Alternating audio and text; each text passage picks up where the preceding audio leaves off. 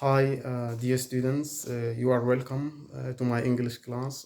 Firstly, let me introduce myself to you. My name is Mukhtar Umar. I'm assistant professor of English language.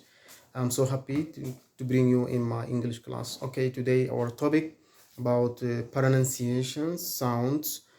This is course mainly related to phonetics and phonology. Before we started, let me introduce you the definitions of phonetics and phonology. Firstly, phonetics study of sound productions, whereas phonology the system of sound. That is to say, the suprasegmental, the biggest one, bigger than sound, like stress sentence and like intonation, illusions. Okay, this is in um, phonology, while phonetics produce sound productions, the sound productions there.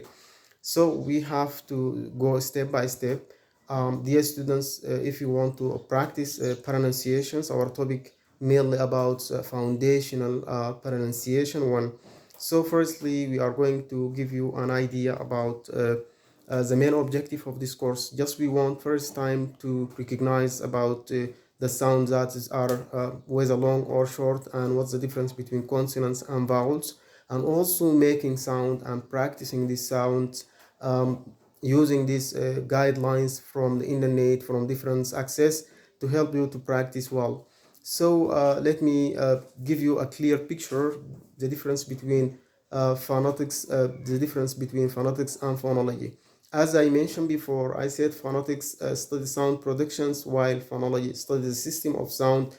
That is to say, the suprasegmental. That is to say, suprasegmental, the biggest one, like intonations, elisions, like sentence stress, whatever.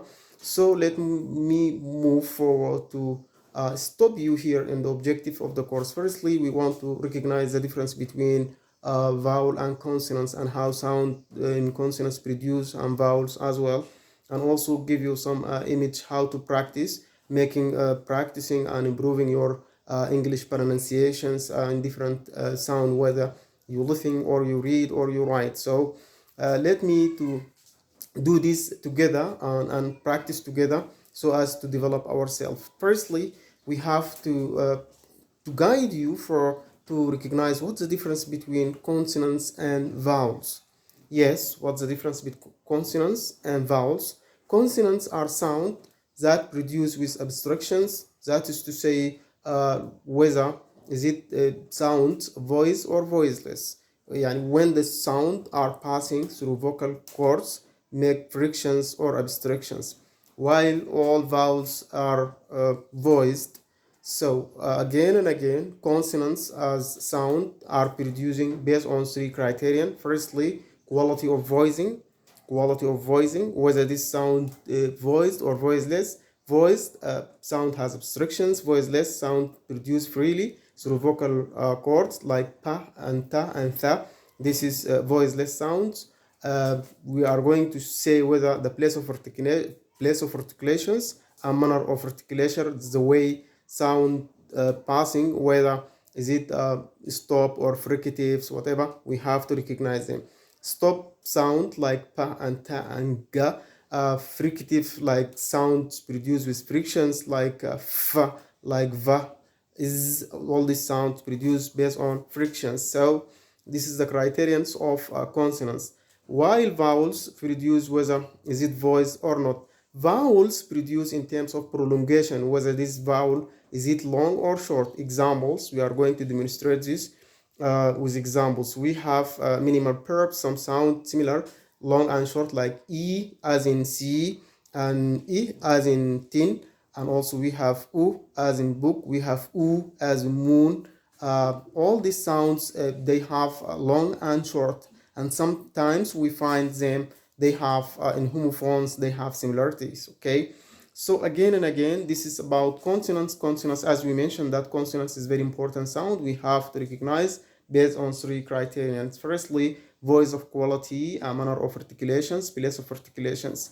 So this is phonetics in general, mainly start like this. So we have to move for uh, recognize phonology. Phonology is the most important aspect. Sound that is produced like stress on sentence, suprasegmental, all these things is very important. We need to recognize them. For examples, intonations, the intending meaning of a speaker. While a speaker they have conversation, we have to recognize falling and raising questions. Sometimes you need to understand what the speaker by mean his intending questions. For instance, in following questions, you can ask the person based on following questions. Was for instance, do you know Jim? If he says yes, I know Jim, based on falling and raising, this is mean he is very interested about the topic. He's invite you to know about John Wall. If he said, ask him, do you know John? If he says yes, this is mean he closed the topic. He doesn't need more discussion.